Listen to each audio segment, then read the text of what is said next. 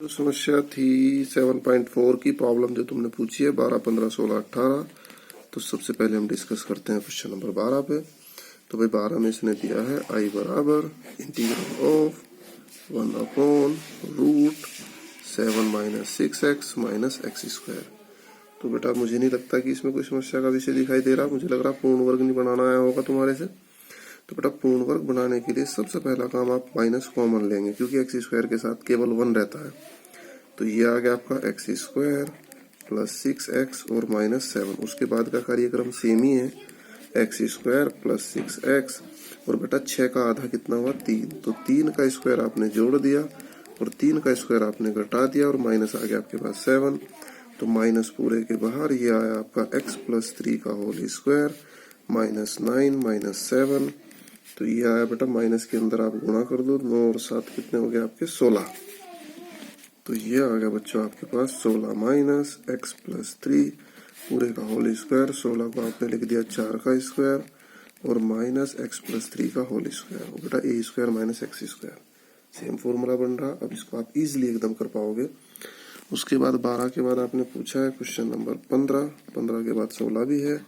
भाई 15 में इसने दिया है आई बराबर इंटीग्रल ऑफ 1/√। और भाई x - a। और बहुत ही अच्छी तुमने प्रॉब्लम पूछी है। मुझे लगता है कि जिसने पूछी बहुत ही अच्छी प्रॉब्लम पूछी है। देखो बेटा इस क्वेश्चन के लिए तुमने एक काम किया, आई बराबर इंटीग्रल ऑफ, पहले दोनों ब्रैकेट की आपस में गुणा कर ली तुमने। तो x की मल्टीप्लाई करी x² - bx -ax और प्लस ab। उसके बाद आपने इसको लिखा 1/√x² माइनस आपने बाहर ले लिया और अंदर bx + ax यानी b + a × x और प्लस आ गया आपके पास ab। तो बेटा 1/x² + ax + b, ax² + bx + c दिखाई दे रहा। तो यानी आप लिखोगे यहाँ से सर्वप्रथम समाकलन करने से पहले पूर्ण वर्ग बनाने पर। तो हमने इसका भाई पूर्ण वर्ग बनाने का कार्यक्रम शुरू किया। तो x² - b + a × x, आपको पता है क्या करते हैं x के गुणांक का आधा।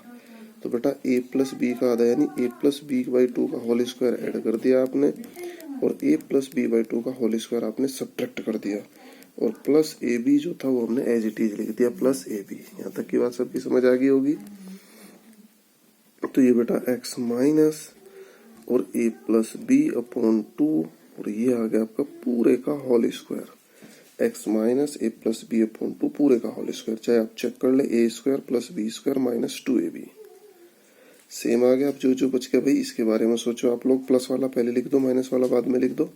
तो आपने ऐसे लिखा प्लस ab और माइनस, इसको आपने अलग अलग करके लिख दिया a + b का होल स्क्वायर अपॉन 4 करके लिख दिया।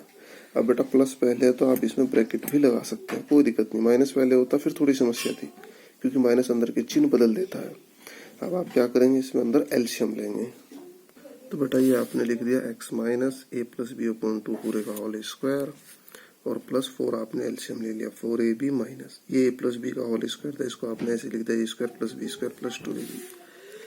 तो बेटा x माइनस a + b/2 पूरे का होल स्क्वायर और प्लस यहाँ आप देख रहे कितना एलसीएम हमारे पास 4।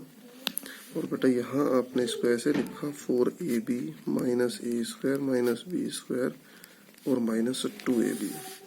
तो इसको आपने लिख दिया x माइनस a + b/2 और पूरा ब्रैकेट बंद और पूरे का होल स्क्वायर और प्लस यहाँ आपने 4 पूरे के अपॉन में लिख दिया और यहाँ आ गया आपके पास -a² - b² और प्लस आ गया 2ab। अब बेटा हमने क्या किया, माइनस पूरे में से कॉमन ले लिया।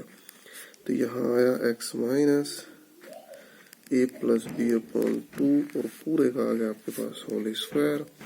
माइनस जब कॉमन लिया अंदर a² + b² - 2ab यानी a - b का होल स्क्वायर अपॉन 4। अब आपने लिखा x माइनस a + b/2 पूरे का होल स्क्वायर और माइनस a - b/2 पूरे का होल स्क्वायर। तो बेटा फॉर्मूला कहीं का बन जाएगा आपका √x² - a²। It is x और इट इज a। तो अब तो इसको कर ही लोगे तुम लोग भाई, x² - a² है। अब उसी का फॉर्मूला आप लगा दे, थोड़ी सी कैलकुलेशन।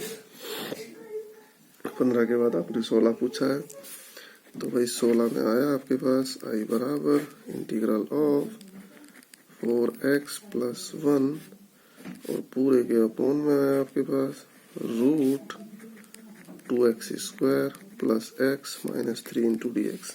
तो भाई आपको क्या लिखवाया था मैंने, P x plus Q upon A X square plus B X plus C का अगर रूप है तो इसका जो मेथड, भाई मेथड वगैरह आप लोग याद करो, फॉर्मूले वगैरह याद करो, तभी तुम लोग सीखोगे, अन्यथा दोबारा रिवीजन करने का कोई फायदा नहीं है भाई, टाइम वेस्ट है।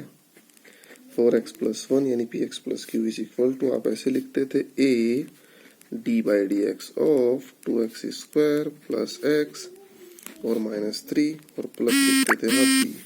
उसके बाद आप लिखोगे 4x plus 1 is equal to a d by d x, जब अंदर किया आपने तो 4x प्लस 1 और प्लस लिखा बी, इसको आप मानते थे इक्वेशन ए। बेटा सेम बिल्कुल इस एक्सरसाइज के क्वेश्चन तो ऐसे हैं, एक करा दो एक जैसे ही सारे हैं। उसके बाद ए बी का मान ज्ञात करने के लिए 4x प्लस 1 ए के अंदर गुणा करिए आपने 4ax प्लस ए और प्लस बी। तो अब आप लिखोगे ऐसी तुलना करने पर, तो जब आप तुलना करोगे तो बेटा x के गुणांक की तुलना करी 4a बराबर 4, तो a बराबर आ गया आपके पास 1 और यहाँ आया a प्लस बी बराबर 1, तो b बराबर आ गया आपके पास 0। तो ठीक होगी बात यहाँ तक। a और b के मान वापस आपने कहाँ रखे, समीकरण a में मान रखने पर। जब आप समीकरण a में मान रखोगे तो यहाँ आया आपके पास 4x plus 1 is equal to 4ax। तो भाई 4ax का मतलब तो 4x हो गया और b0 ही हो गया ऐसे। ये आ गया आपके पास a इंटू 4x प्लस 1, तो a का मान तो 1 आ गया, तो 4x प्लस 1 ही आ गया, कुछ करने का फायदा तो इसमें हुआ नहीं, तो ठीक हो गया, तो अच्छी बात है। आई बराबर इंटीग्रल ऑफ 4x प्लस 1 और पूरे के अपॉन में आ गया root 2x square plus x minus 3। तो बेटा यहाँ देखो ना, आप इसको टी मानो, इसका अवकलन ऊपर रखा है, सीधा सीधा ऐसे क्वेश्चन पहले मैंने तुम्हें करा रखा। तो ये क्या बन जाएगा आपका 1 अपॉन रूट टी यानी टी की power minus 1/2 into D T. और बेटा इसका इंटीग्रल आप इजिली कर दोगे, कोई दिक्कत नहीं आएगी। 16 के बाद एक प्रॉब्लम और पूछ लेते आप लोग 18। भाई 18 में भी सेम सही है। आई बराबर इंटीग्रल ऑफ 18 में आया 5x माइनस 2 और पूरे के अपॉन में 1 प्लस 2x और प्लस 3x स्क्वायर। तो यहाँ भी आप सेम वही काम करोगे भाई, 5x minus 2 is equal to a d by d x of 1 plus 2x और प्लस 3x स्क्वायर और प्लस b। उसके बाद आप लिख देते हैं 5x minus 2 is equal to a, 1 का हो गया 0 और यहाँ आ गया आपके पास 2 प्लस 6x और प्लस आ गया b। इस पे आपने डाल दिया इक्वेशन नंबर ए। तो बेटा आप बताओ कोई समस्या आएगी इसमें? अब आप सीधी सीधी क्या करोगे भाई, तुलना करोगे इसमें। तब आप लिखोगे यहाँ से दोनों और तुलना करने पर और ए बी के मान आप ज्ञात कर लोगे। उसके बाद सेम पीछे वाला ही मेथड है। तो बेटा आप लोगों ने जो पीछे क्वेश्चन किए हैं उन्हीं के आधार पे ए भी होगा, कोई समस्या नहीं। समस्या दोबारा फिर पूछो तो कोई चिंता वाली बात नहीं है। तो बेटा इसके बाद हम नया टॉपिक शुरू करेंगे, आंशिक भिन्नों द्वारा समाकलन।